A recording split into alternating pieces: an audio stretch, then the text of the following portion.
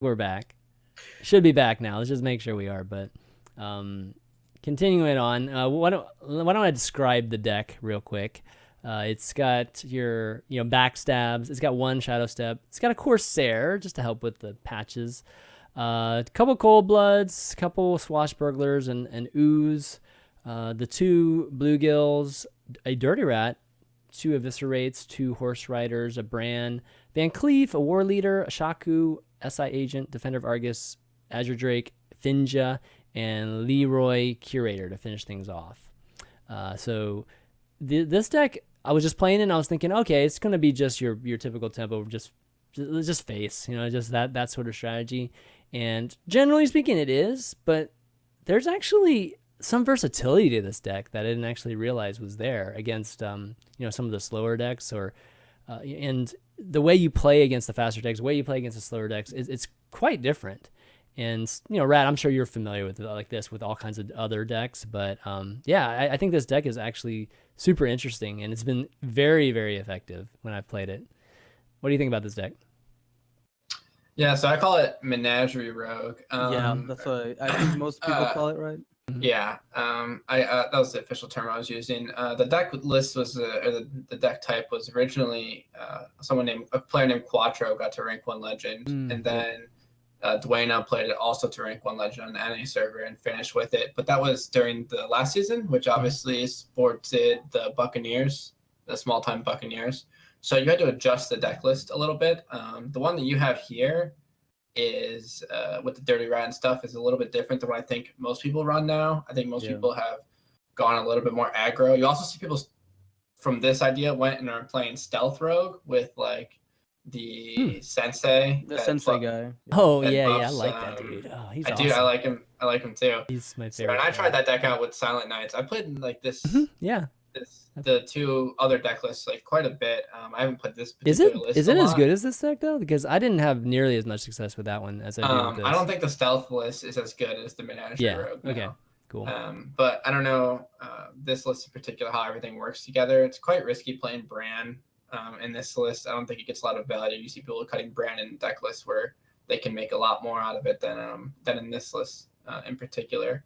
And the Dirty Rat. There's definitely some weird choices here. But to your point that the deck has a lot of versatility. There's been a lot of decks throughout Hearthstone's history that have versatility in this kind of way, but they are kind of rare, and they don't always make it so obvious that you have choices as this one does, I think.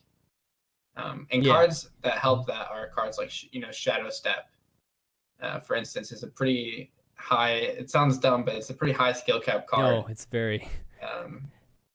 Using it right, it can be used in many places, right? Exactly. It's not just as simple as Leroying them twice, Yeah, exactly. I've used them. You can use them with Dirty Rat, Bluegill Warrior, Swashbuckler if you're in need of a desperate Hail Mary. Like there's so much that goes into this type. Actually, I want to say something about this deck in terms of deck building.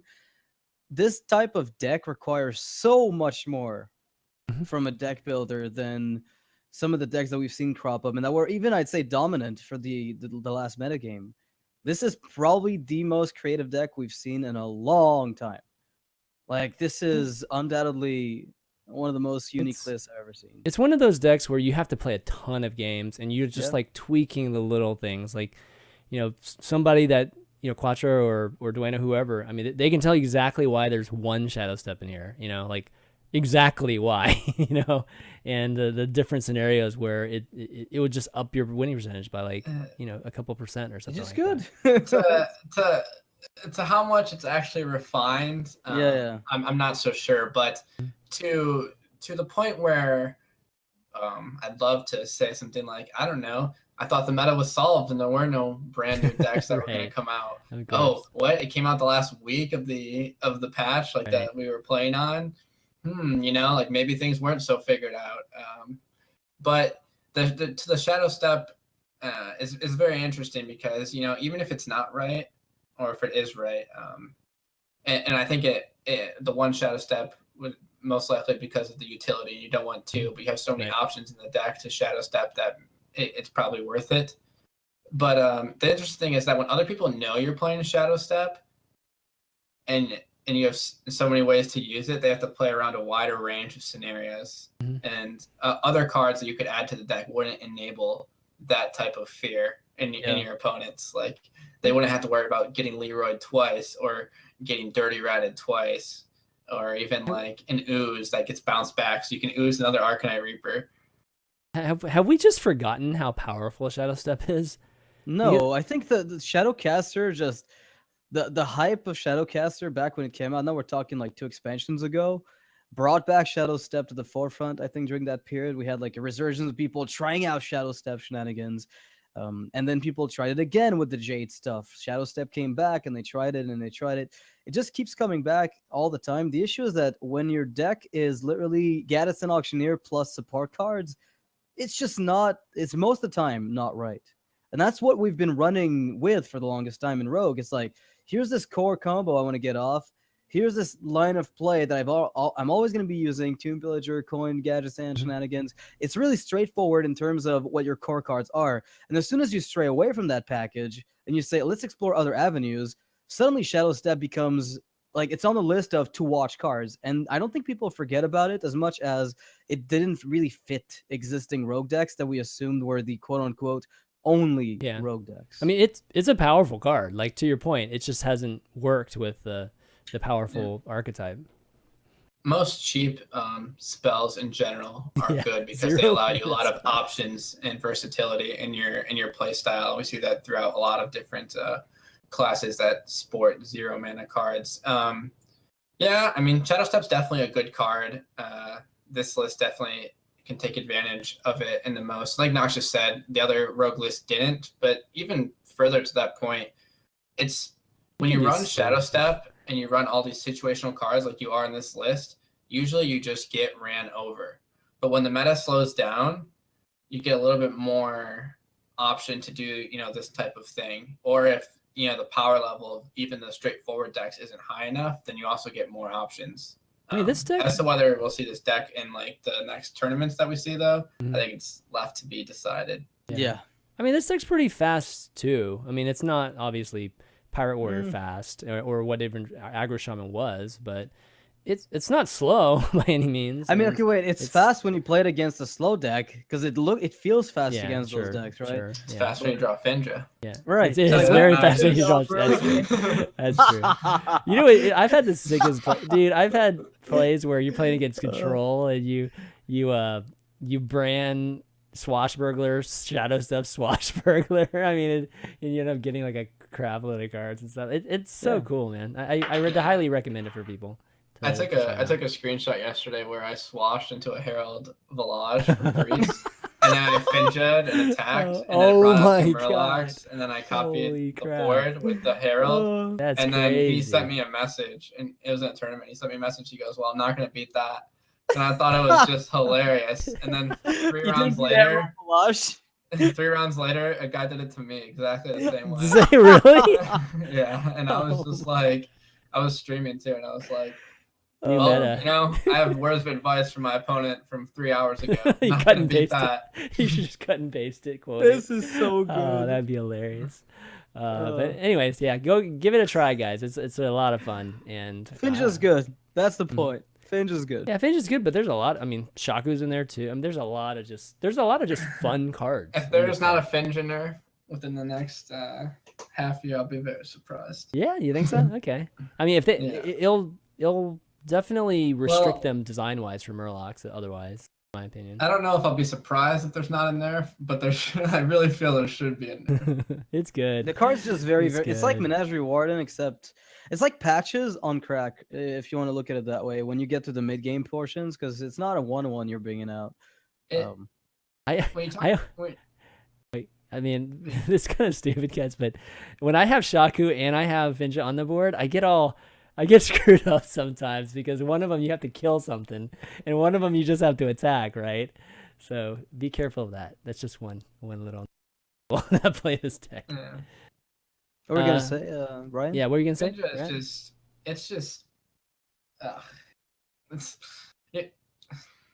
I don't know if Buccaneer was holding a check before, we just didn't realize. And it's not that we didn't realize. Like, I told people that Finja was good. Like, someone I can't remember who it was like, should I craft Finja? I want to play the Murloc Paladin deck, but I don't know if it's worth it. And I said, man, listen, if Finja is not good at some point while it's in standard, I'll be very surprised because the card is a high power level. And now we're seeing just how high it is. And the reality is it offers very little counterplay. To play Kodo against it is to run Kodo in your deck just to kill this card. And obviously Kodo kills other cards. It's a lot to ask. And I mean, maybe that's why they released Streetwise Investigator. Yep. But I mean, that's also ridiculous. That is ridiculous. If you had to play Streetwise Investigator, that would be insane. Like, and I don't know how you would change it. Maybe you would make it have to kill an undamaged minion. I think is a possibility. But I think something to note is like Patron. It's a 3/3, and you can play around it by just not playing minions. Like if I just play Patron on turn 5, I don't duplicate or replicate the Patron. You just like, I'm not going to play my Acolyte of Pain. And we saw that in that format, and it allows some counterplay. But with the Finja in a list like this, you're like, well, am I not going to play my Draconid Operative because he has a Finja on the board? Like, no, because he's going to put more stuff on the board, and then I'm going to end up losing. It would have to survive, right? That's the thing, because like Finja does not have to survive is the point when he kills something. So surviving if they have more damage to smash into your 6 health minion, they can trade Finja in, and there's a good chance he lives.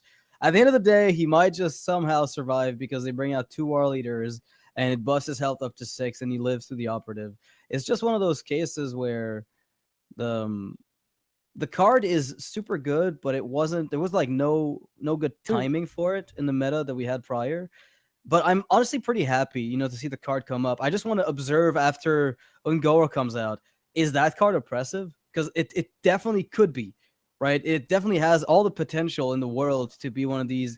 Oh, he played Finja, couldn't do anything, lose the game. It's one of those. I think it already is. At least there is some kind of situational aspect that like associated with it. Can you imagine if it was just attack? It's not situational, man. I mean, he has to at least kill something. I mean, like, can you imagine if he didn't kill anything? Oh my gosh, Shaku style.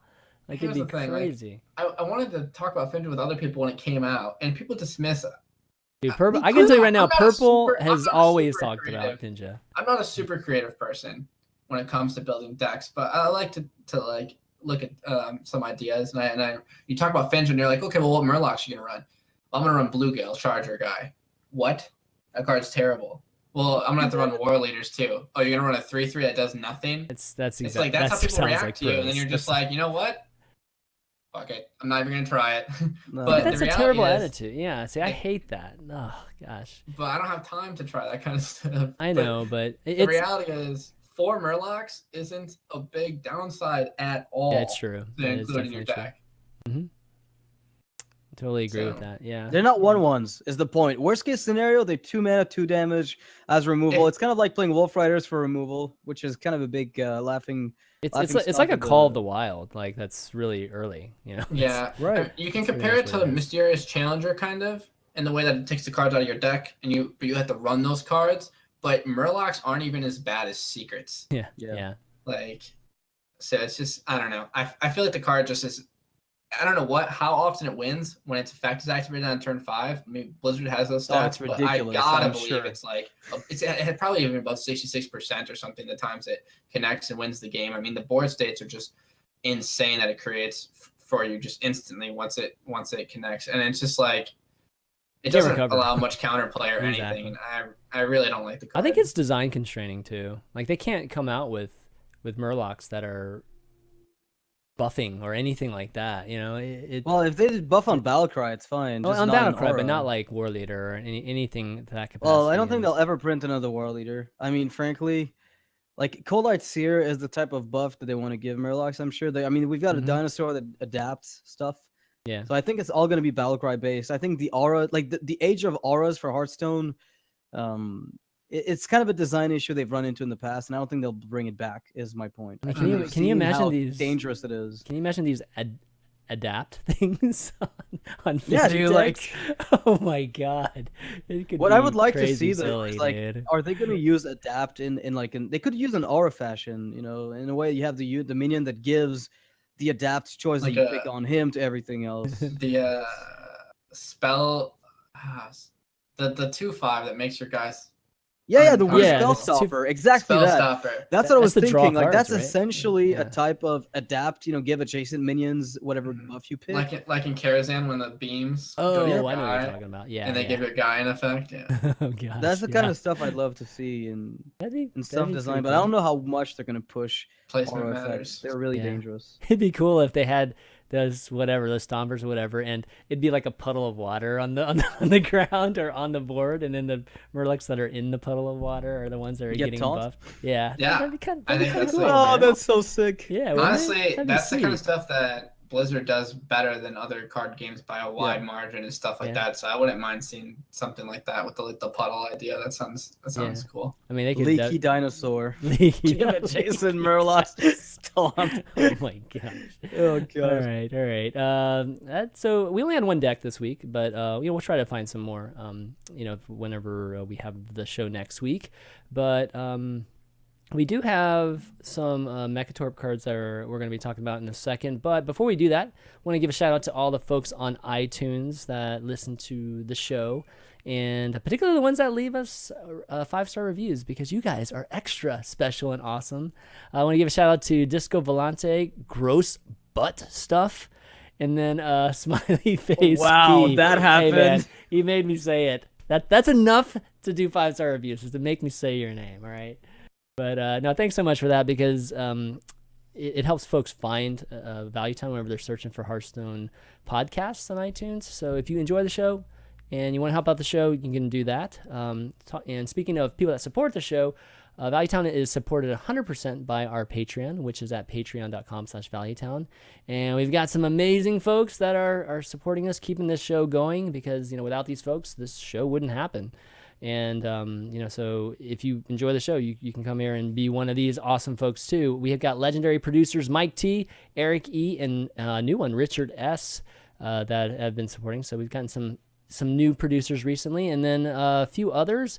Give a shout out to Raydan, Davin P, Havoc, Cameron M, Eric Seed, Atomic Junkie, Old Man Riv, Austin L, and Lenny P.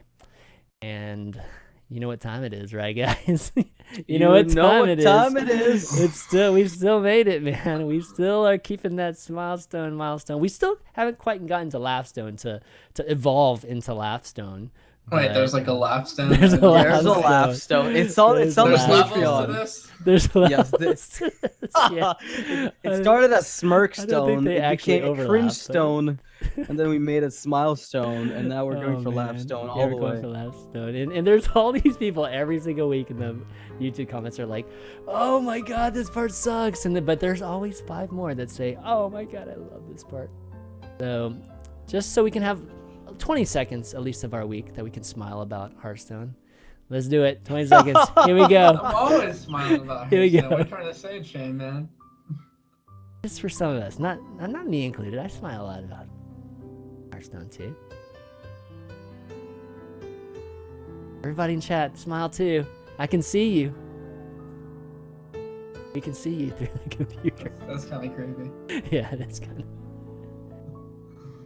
All right, that was 20 seconds. That went by quick. I think when we were talking, it goes by a little bit quicker. You talk, dude. Yeah, I know. You I get talk. an edge. Yeah, I get an edge. Okay, well, anyways, thanks so much, guys, for that. And, This is so great every time. so great every time.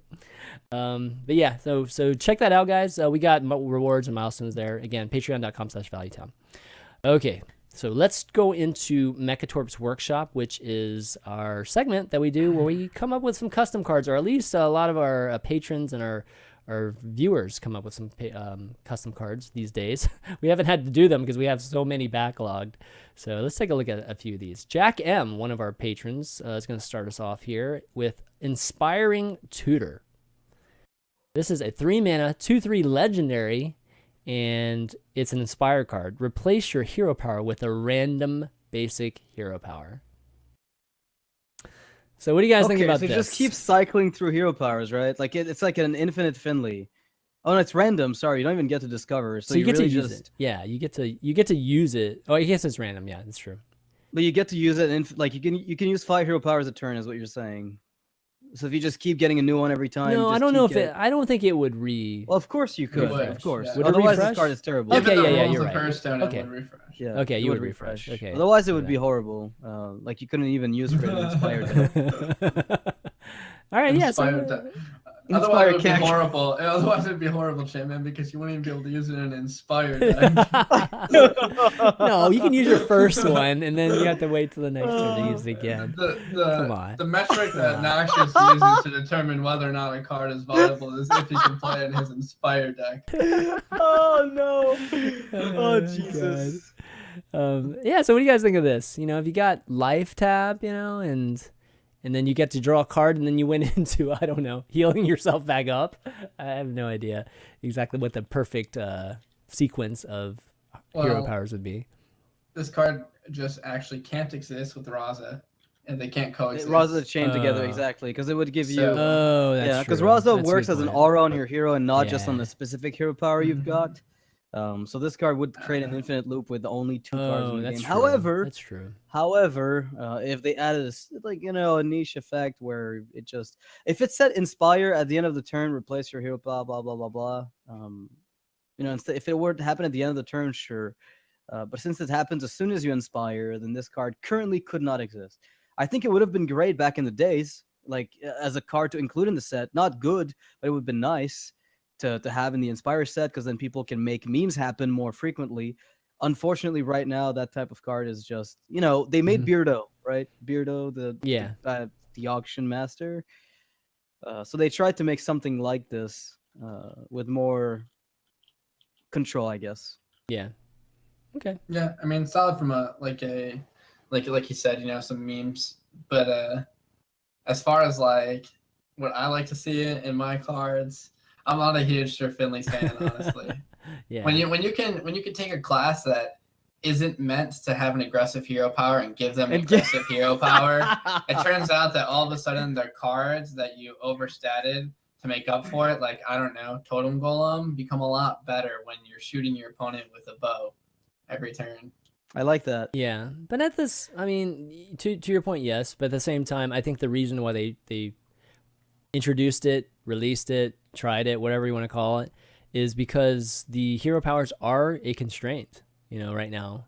Like hunters have to be a certain way because of the hero power. Well, they don't have to. Like the thing is, when you make it a neutral card, it's like everybody can become anything else, whereas it'd be easier to control if you make hunters. Right. Letting hunters take armor up isn't going to be better than letting the shamans who gave Totem Golem take hunter hero power. That's the problem. Like Finley inherently was a card that maybe they tested and they were like, switching hero powers isn't so bad. But in reality, if you look back and see how much it's dictated of like where the meta went, it had a pretty big effect on what you saw. Like aggro shaman originally would have still been good, but it might not have been. Obviously, it's only one card, but well, there's two hero powers. When you get it, though, the win rate I'm sure correlates upwards. Yeah. I'll say this though, I think the idea of changing hero powers is good. I think changing hero power in a neutral card is risky. I think that approach it's harder to balance than you'd ever think. It's the reason why you don't get to pick your hero power when you start a game. You go with Hunter, you get that hero power because the cards are balanced around it, right? Like exactly.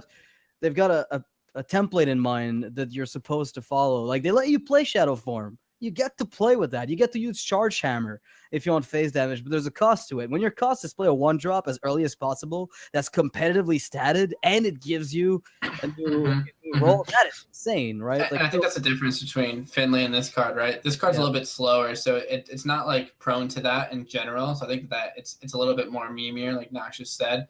And if you wanted to solve the problem with Inspire, they haven't done this yet, but you could limit the amount of times it could inspire per turn in theory.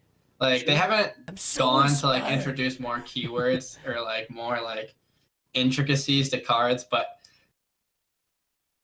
they can avoid it for as long as they want, but I don't know how many years you can go without getting a little bit more complicated, like maybe like inspire parentheses too. Because you can only use it twice per turn or something. Okay. And then you can dodge Raja the Unchained and these types of things. So. Yeah. Okay. I dig it. Yeah, I dig it too. For ChanManV, before we move on to the next cards, I've added 2 to the list that I forgot to submit earlier. Okay. So you will be forced into more work. Done. Okay. Keep going. Okay.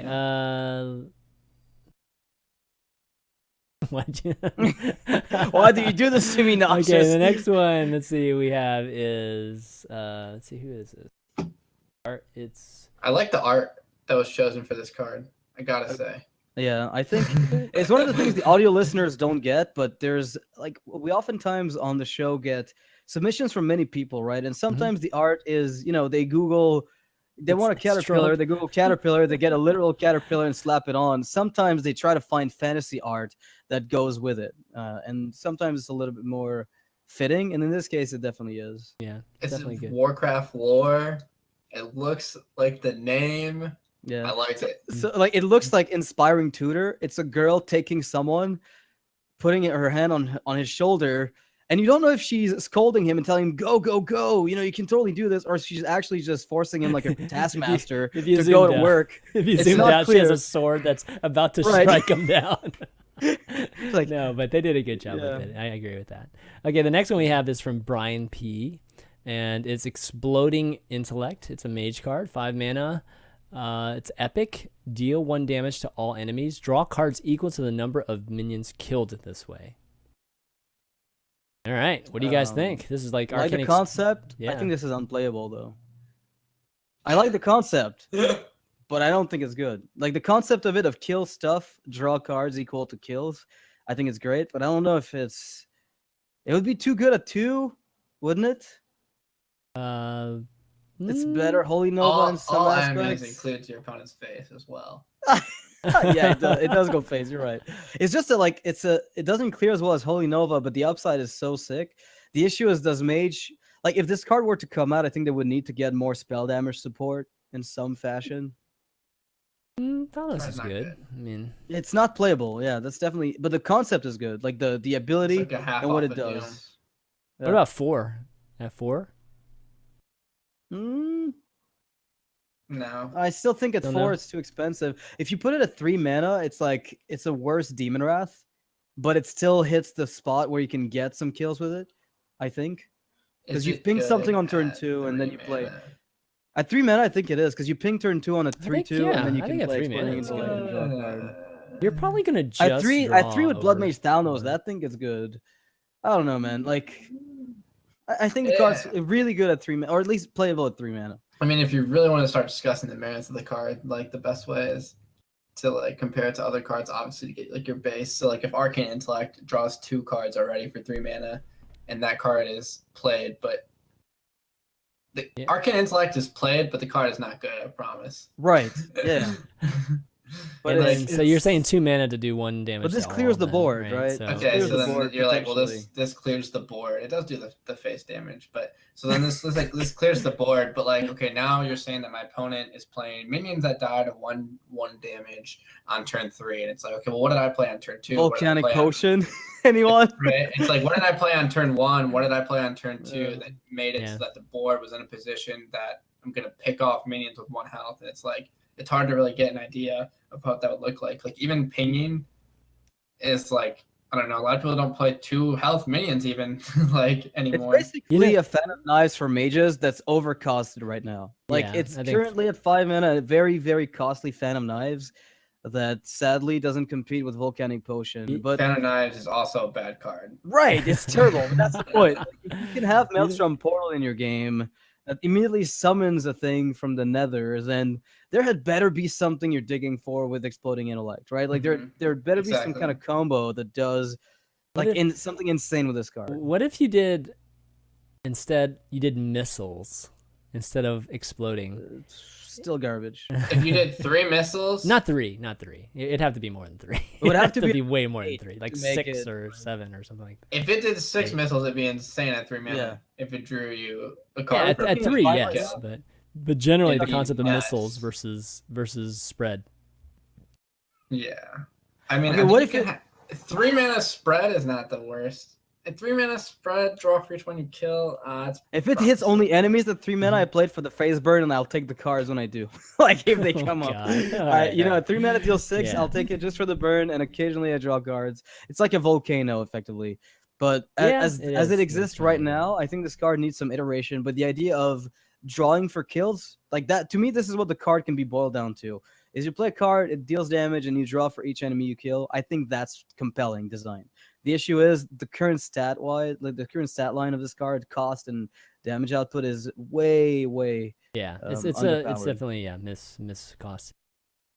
Yeah. Oh, okay. To Noxious's point, something that Blizzard did really bad at first that they've gotten better at was designing cards that are defensive but do not lose you tempo. And what I mean by that is because you always gain a mana crystal, you don't have to worry about drawing lands, so you always get a mana crystal. So you, like I talked about this in this show before, but you can play a card on curve every turn. So even if I have 4 minions on the board by turn 4 and you somehow wipe my whole board, I play a minion that costs 5 mana. And it's like, hello, now deal with this. And you're behind again. You're like, well, and you end up taking chip damage here and there every turn because you can't clear every single turn. And you end up behind, and then you end up dying because the defensive cards don't do more than just stop them. Like playing a taunt minion isn't enough. You need some turn where you get ahead in a tempo if the minions are trading directly for the taunt minions.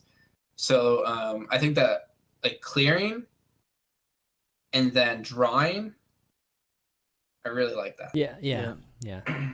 Okay, let's see. Next up, we've got Immortal Lion. This is another 2 from the Immortal Lion collection, which he's something like Immortal 30 Lion is a recurring submission master of Mekkatorque's cards at this point. Okay, so we got a priest card this time. It's a 2 mana, 2/3, Whimsical Mind, Epic, Battlecry, discover a basic hero power, and then Death Rattle, regain a lesser heal.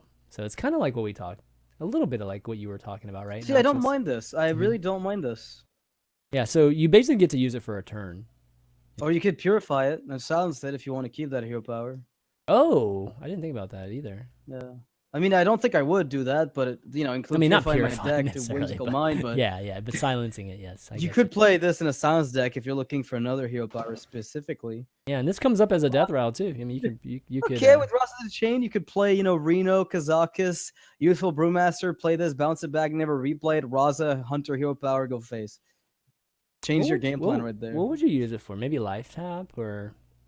I don't know. I think it's gonna be a meme deck. Yeah, probably a meme deck. It's a meme card, isn't it? Yeah, I mean the only problem with this card is that if I'm in arena, I don't want to see this as one of my epics. That's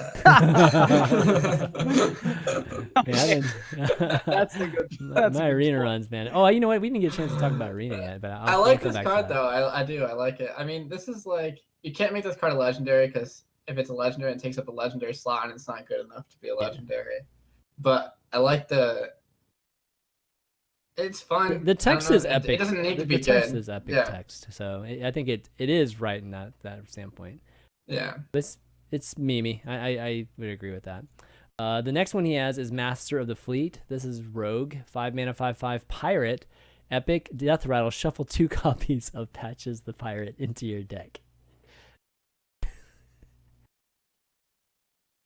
What you think? So I don't think it's very good. I mean, it's too late to be super good, but it's also. I actually don't mind it. I like the concept of it. It's not bad. It's not. I think bad. I'm okay with it, everybody's but it's first not- reaction to Patches is like, "Oh my god, no." No, but I'm okay with this. It's like a semi gang up. The issue is like, it's a 5 mana 7/7 basically. Yeah, it's 5 mana 7/7 with some potential finish too with cold bloods and things like that, right? Sure, but that's the point. It's like it's giving you pings basically. It's giving you 2 mage hero powers to draw on whenever you play pirate. I think it's fair. Yeah, it's very fair. What do you think? 5 mana 5/5. There's probably some See, the rat's trying to think of some broken thing that you can do with it. Look at him. Unearthed Raptor. look at the cogs churning here, trying to figure out what it is. It's not a battle cry. I think this card is insanely balanced. Yeah, it's insanely balanced, right? Maybe it's like too perfect. I don't have anything bad. Maybe it should be a 5/4 or a 4/5. I don't know, because then it would be I think bad. it's fine. As a 5/5, 5/5. I think it's fine. It's I think like it's fine. the guy. Like, this is probably the You best. gotta run more I've seen. pirates too. I mean, that you have to remember that. You don't necessarily have to run more pirates. You wouldn't play this in like Miracle. No. You'd run it in like the Menagerie Rogue. Yeah. In Menagerie Rogue, you'd play this. In Temple Rogue, at some point, I'm sure you could find a spot for this. So you could play this alongside the Sea Captain, and then you could play him. Yeah. There's a lot of important factors that you need to take into account when you look at this card, and that's that like you need to put it within the context of the Rogue class, which I guess to explain shortly is that you usually run out of cards. Yeah. So Yep. if you play this card on turn 5. Yes, South Sea Captain is a 3-mana 3/3 that brings out 2 2/2s now. That's insane. I get that. But having cards in your hand at that point as Rogue is not easy because of the cards that are good in Rogue. Yeah. Like Backstab, etc., etc. Usually require you to dump your hand. Then you need to recoup those lost cards, and the way that they do that is they run they used to run cards like Sprint, which are less desirable compared to like Auctioneer, but also because this is a 5-mana card, it takes up the Drake slot, which is a huge deal because the Drake draws you a card in terms of like having cards left over post turn 5. So like the South Sea Captain, where the card would be a little bit on the more powerful side, isn't as bad as it seems, just because it's probably a situation where the Rogue's already running a little low on cards. So it's like a South Sea Captain would get played with like a dagger. Yeah, exactly. And then all of a sudden you're like, okay, well, you're 7/7 that equipped the weapon, which is still good. But it's not insane. And you had to hold the South Sea Captain until a later turn. What you want to play early just to get the normal cost. patches in. Yeah. Okay. So yeah. I think it's a good card. I really it's a like very this interesting card. Mm-hmm. I think it might be a little too good, but I can't tell. It seems really balanced. Like I think you would take it as it is, and you would play with it and find out. Like it's definitely interesting. This is the kind of card that I would, these are the kinds of cards I'd like to see if they're going to mess around with a tribe, So that's definitely cool. Let me bring up one of yours now.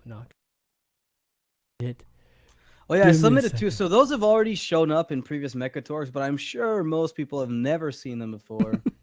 Because they're like buried under video upon video on the YouTube channel, and I figured I'd bring them back out because I spoke about them recently on a stream, and we had a blast. So the first of them is Bashana Rune Totem. So it's a character in the lore, not really important. Legendary card for druids specifically. Oh my god! 6 mana, 6/5, spell damage +2. Whenever this minion attacks, you shuffle 10 Moonfires into your deck. So it has to attack. It has to attack, and you're shuffling a bunch of Garbo up in there, and the hope is that you can make something happen with it. So, of course, if she attacks, you're good, because now you have, like, a lot of cycle in that deck. But if she's just 6/5 for 6, she's probably not attacking, at least not in the world that we live in. Auctioneer for the win, baby. Sure, if you attack. You have to attack with her first, though, right? Good luck, is my point. So, do you ever play this in your druid deck or not? That's my. I posited this question to you, the rat, for I believe this card is actually not as good as it seems. I mean, the spell damage by itself is, it's not terrible. It's 6 mana for +2. It is 6 mana instead of 5. Yeah, there's like I can evaluate cards that are within like a realm of possibility. But once you go out of that realm, it's like it's just like 10 Moonfires in your deck isn't good. It's actually quite bad. Yeah, it's especially if you're running Auctioneers. Yeah, it's not. If you're running Auctioneers, obviously, if you get the Auctioneer out with a Moonfire, then maybe you can chain a bunch of Moonfires, and that sounds sweet. Like, don't get me wrong, that's good. But like, you slap down the Yogg and say, like, "Yeah, baby." You slap down the Yogg. Is it in your hand though? You have to connect though. It's not like he automatically puts it in. So then all of a sudden it makes it want to get removed. But maybe 10 is like too many.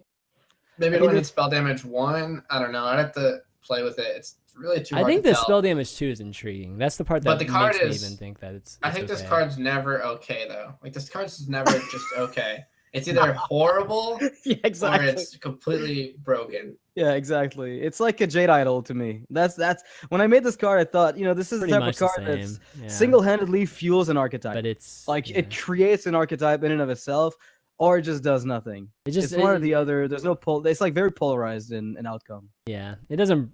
It's not as. I've seen this art before. Have you? Cool. Okay. I It's have the probably WoW on one mini card of in it. WoW TCG. I have the haven't WoW seen it. mini. You ever Oh, played WoW I see. minis? No, I did not. Yeah, that was a good game. All right, next one. Next one is Blade Storm. It's a warrior epic spell.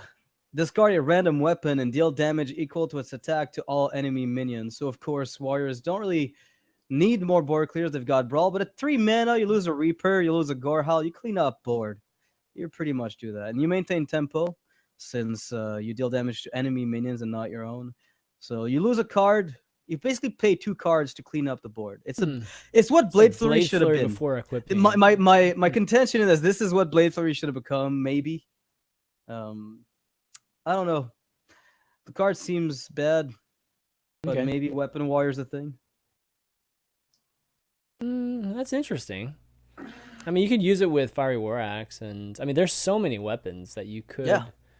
Reaper, you can ditch it. You have too many weapons, you do something with them. There's many instances where you have too many you might have one, not many instances, but there's some instances where you have one too many weapon at a time.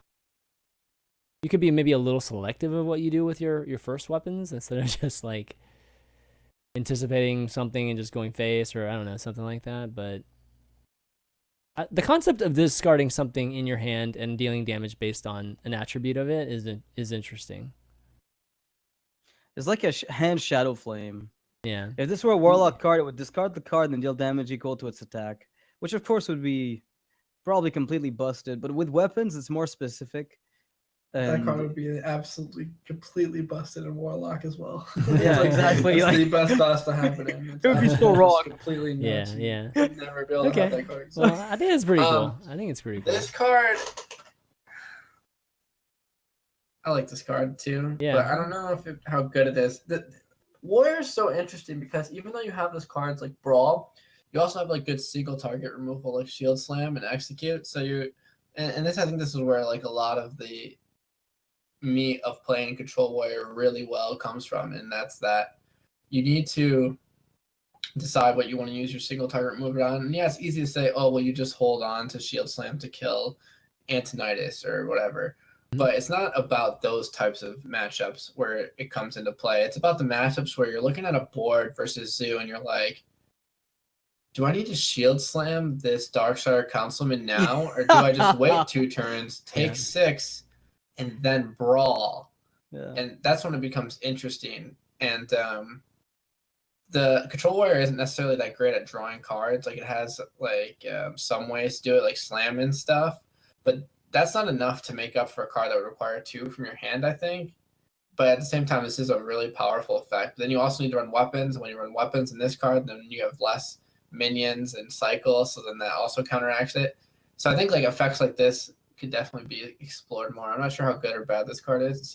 It's creative though. It seems bad, but it just a tad bit underpowered. But I like the idea. So yeah, and it's more about just adding ideas to the game. You know, this is like the kind of complexity I'd like to see, you know, add to the game. I mean, obviously more complexity in a crazy way would be great, but if it's just purely with the cards and with the mechanics and the limitations that they do have right now with cards, you know, this is the kind of thing that is great. It's great to see, you know, what happens, you know, if this ends up going out there, especially with Warrior. Yeah, it would look like turn 2 Novice Engineer, Loot Hoarder, like turn 3 Acolyte, exactly. And then you're like, turn 4, well, I have a ton of cards anyway, so I'm just going to Blade Storm your board. And I'm going to discard this weapon. And discarding a card to accomplish an effect is extremely common in Yu-Gi-Oh! For example, like there are plenty of cards that do this exact same thing. There's actually a card called Lightning Vortex that does exactly this. Basically, it's discard a card, destroy every creature that's face up on your opponent's side of the board or whatever. And it's like very, very common. And one thing that's interesting about a card like this that you won't get to see necessarily as much in Hearthstone because it doesn't take advantage of a graveyard mechanic outside of Onyx Bishop and other random effects is that you can actually pitch something that you intend to revive. which creates scenarios where cards like this that I know aren't what you mean. quite good enough, Mhm. like a card where Become maybe better. Blazestorm isn't quite good enough, well, all of a sudden I can run it because I'm pitching Playing it an twice. injured Blade Master that's going to come back with an Onyx Bishop, you know, and it's like stuff, and I get to choose or something. So Yeah. I don't think this card would be good in Hearthstone. In Really? this stat distribution.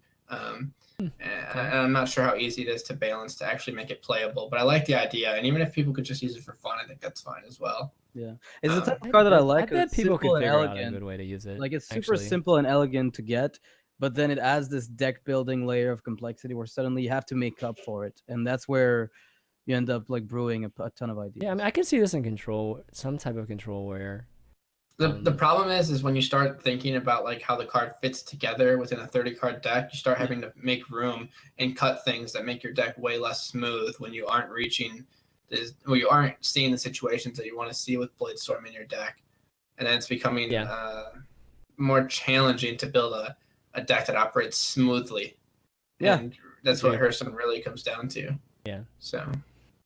All right. Well, thanks, Noxious, for bringing those two cards, and I think we've got some questions that we have this week. We've actually got a few, but kind of running out of time, so maybe we just get to a couple of these.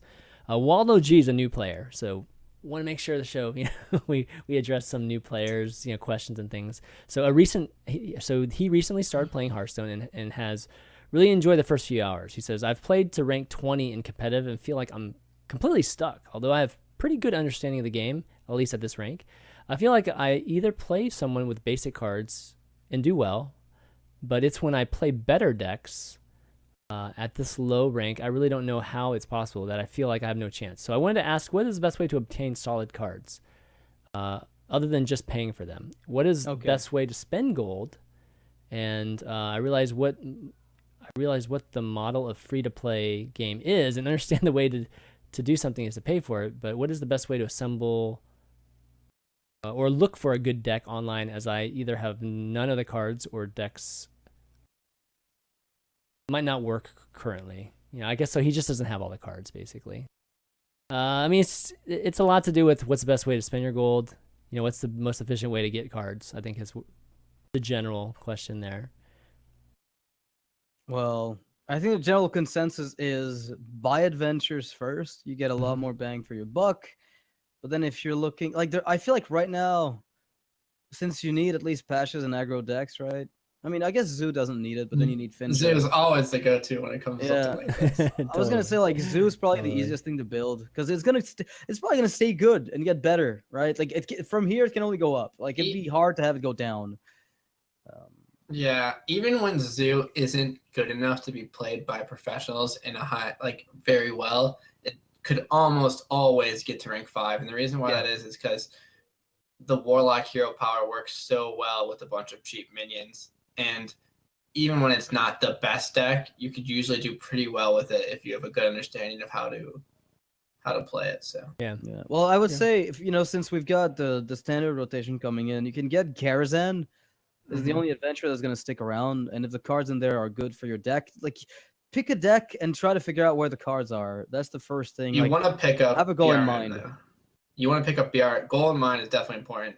You want to pick up BRM and LOE though to get the dust, right? Because it's just efficient. Or is that not true of those expansions?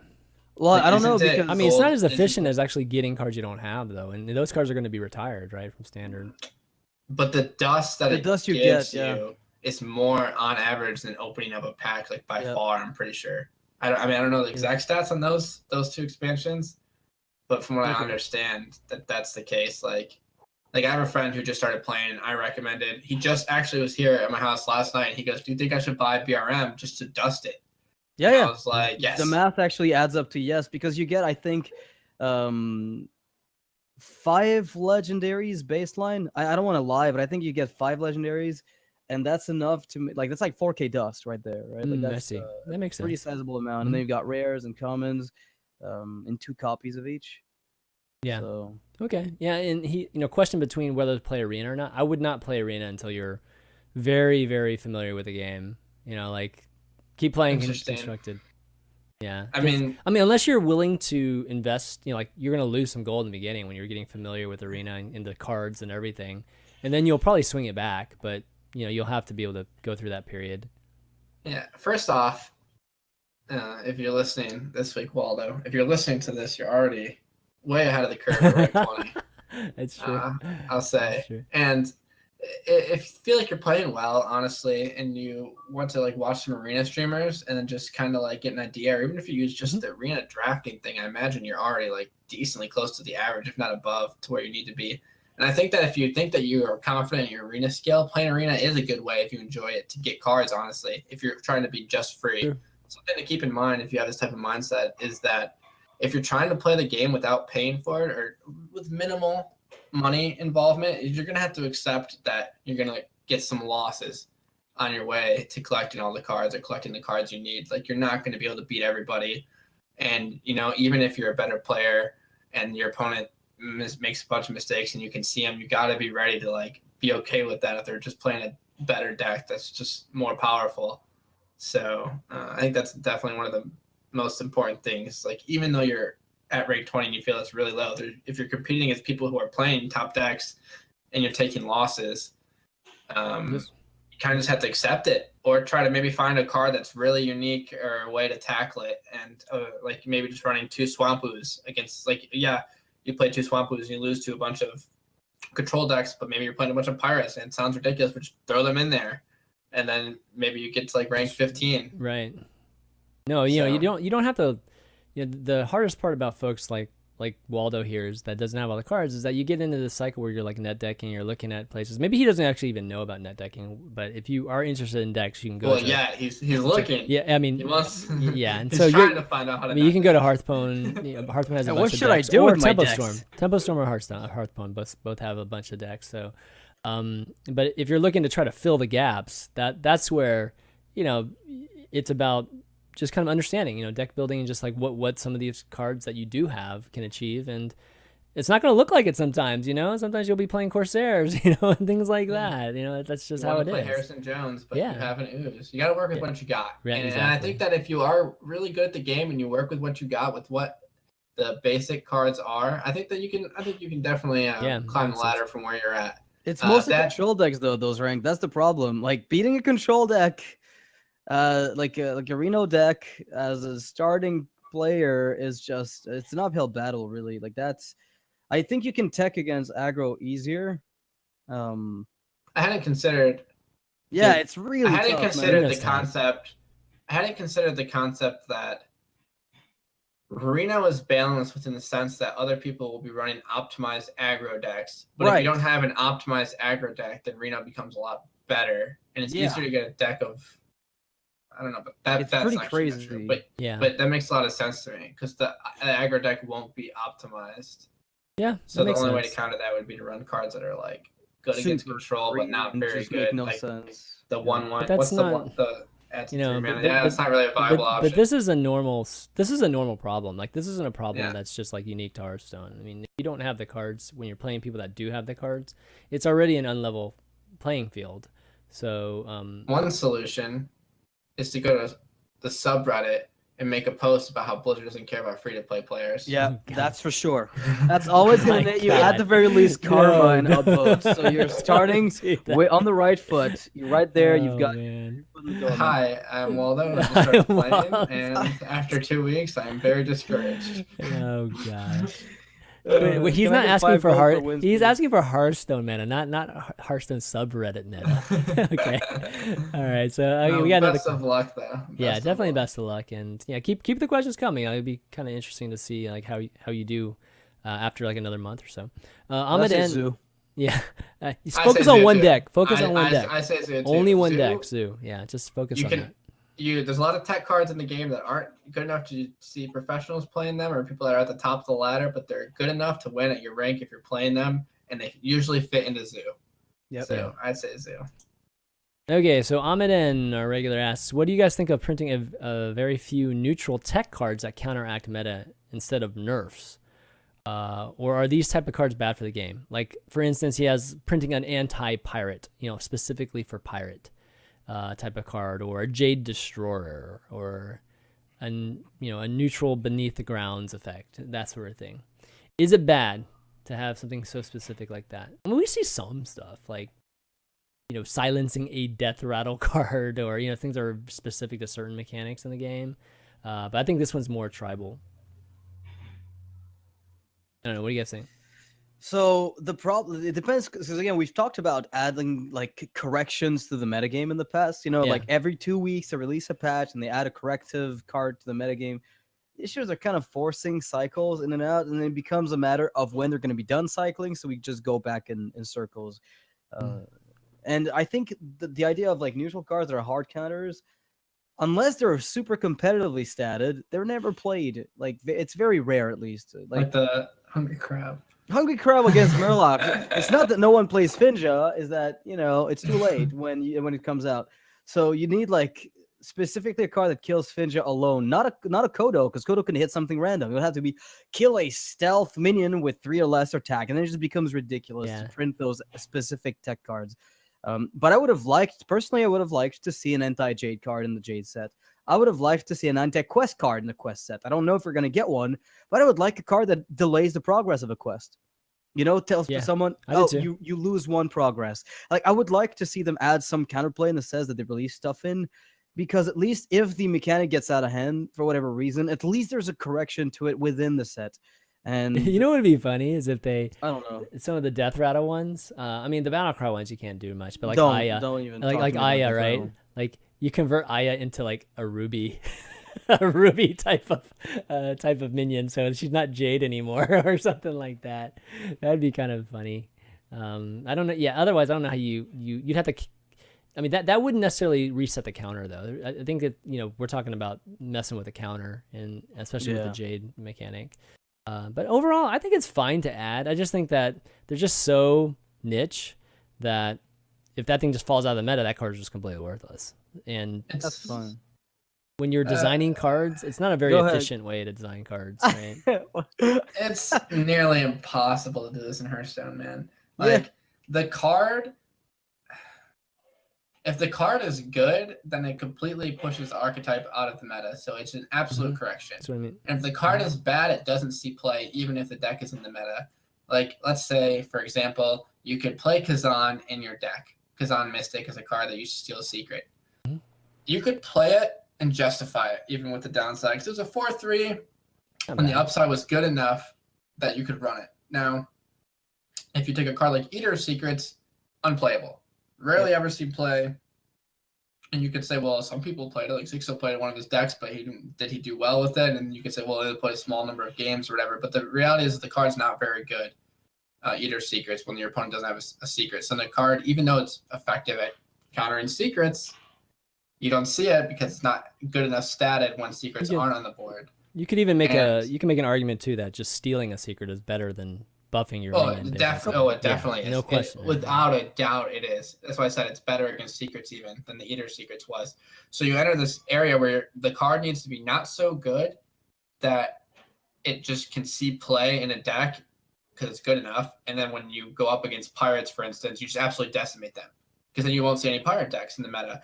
But it can't be so bad that you don't see it, because even though it counters pirates, it's absolutely awful against everything else.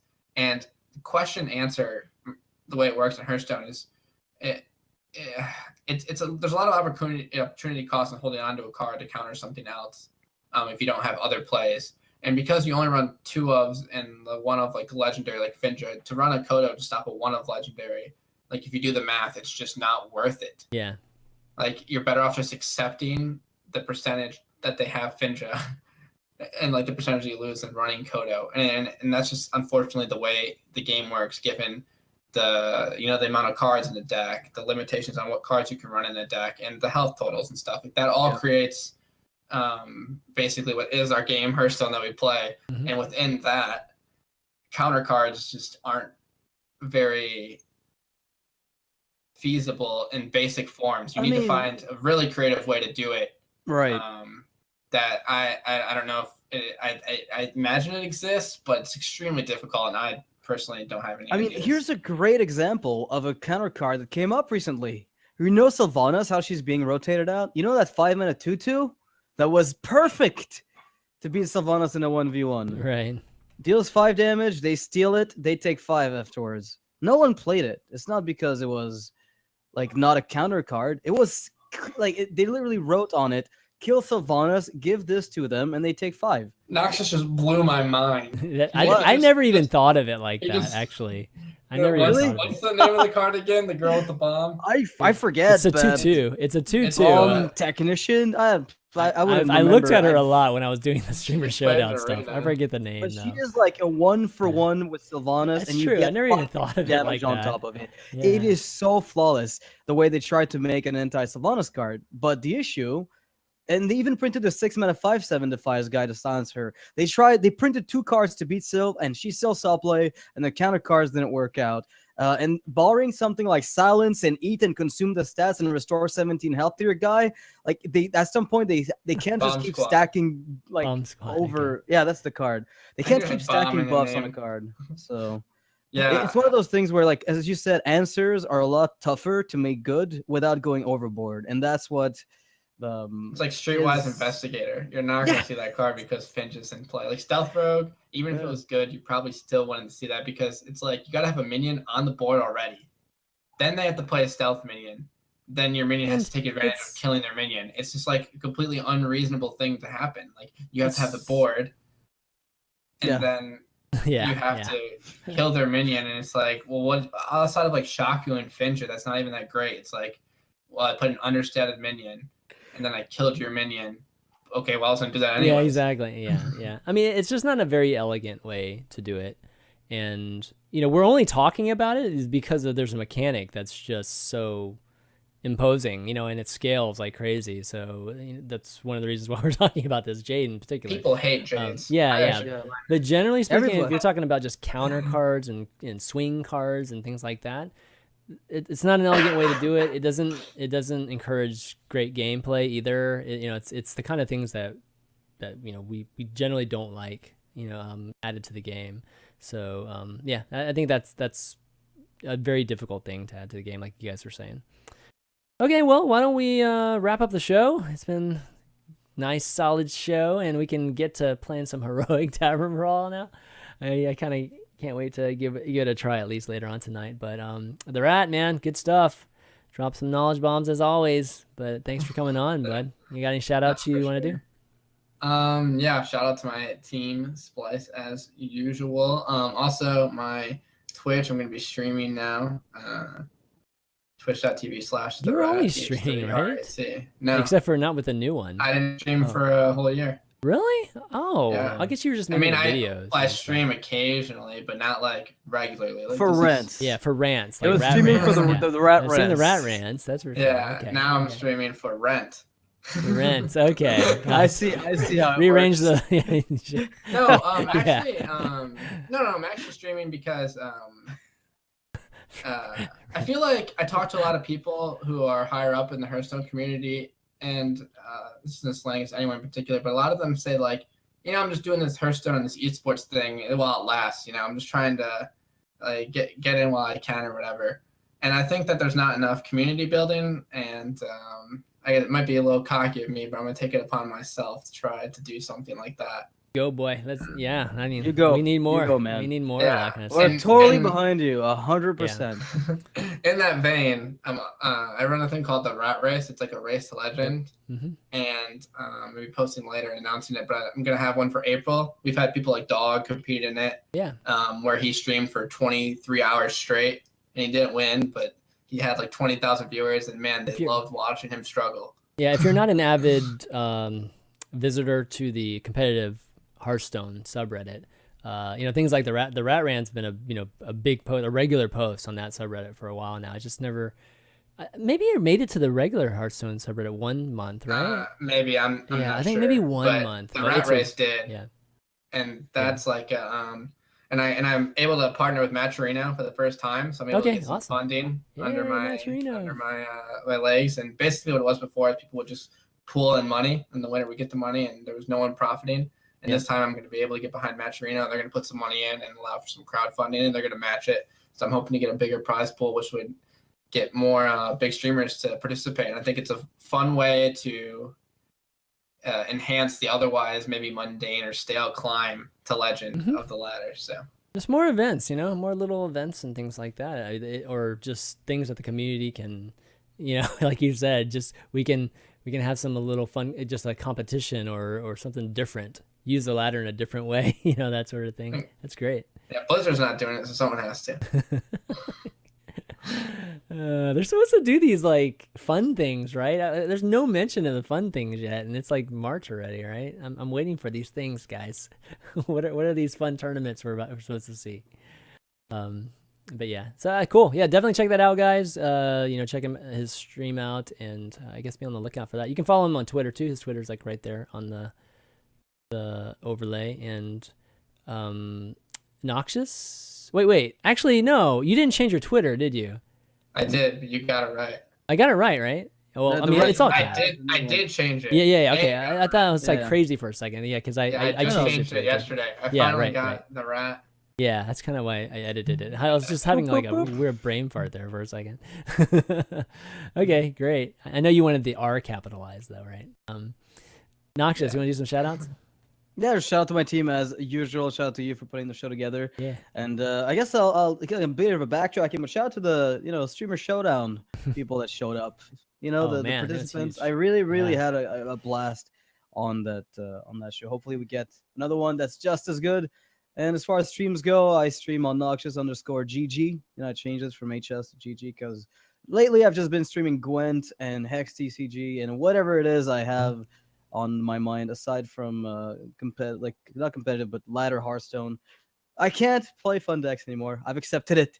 I just the fun is dead. If you want to play pure memes, you have to go to wild casual and then you can have fun. But if you try to go on ladder anywhere, you're gonna get dominated. So I've been resorting to arena, which has been honestly fantastic. I really like standard arena.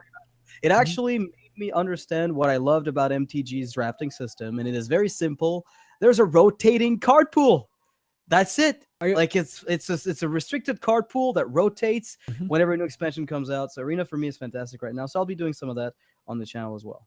Are you using Hearth? I mean, I'm doing the same thing. Are you using Hearth Arena? I'm trying not to use Hearth Arena. No, you don't need it usually. Frankly, it's it will help you out a great deal. It's just I don't know. I'm just the kind of type that likes to, I'll fail, but I'll turn on Hearth Arena 100%, man. Yeah, but you are many arenas. I don't know. Like I can tell you, obviously, like Abyssal Enforcer is a good card in arena, man. But like I want to see like I was looking. If I don't know, like I don't know arena, like that's a shortcut. Like I'm still gonna use I'm not the kind of person who's gonna be like 80, 90, 100. That's better. But I'm gonna use my mind a bit. But I enjoy the extra guidelines. I mean, you will find that you have to contest their picks. Like not have the time, but like let's say out of like 10 picks they'll give you, there's got to be one or two that are just not gonna be right for your deck. Especially near the end. So, I mean, the real question, I meant to actually talk about this earlier because it was on the show notes, but I just skipped over on accident.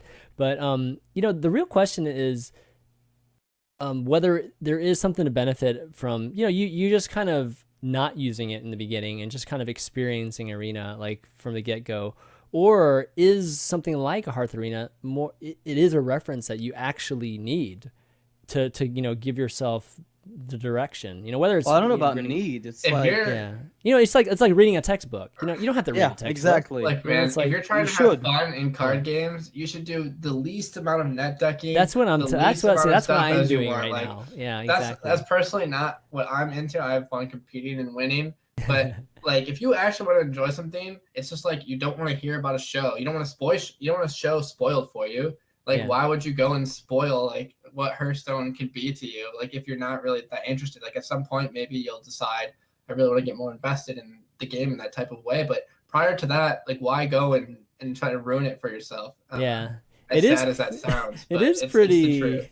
Like there are some cards or some picks where I'm just like, oh my god, I have no idea which one's better here. Like I literally have no idea which one's better here. And so you pick one, man, and then you see if it works. Exactly. If I pick one and I give myself a reason for picking it, and then kind of mental note later on to see how it kind of worked out. But yeah, that's what I've been doing. I've tried not to look at any of those things. I have one tip for you. Yeah, Praised Alchemist is better than it looks.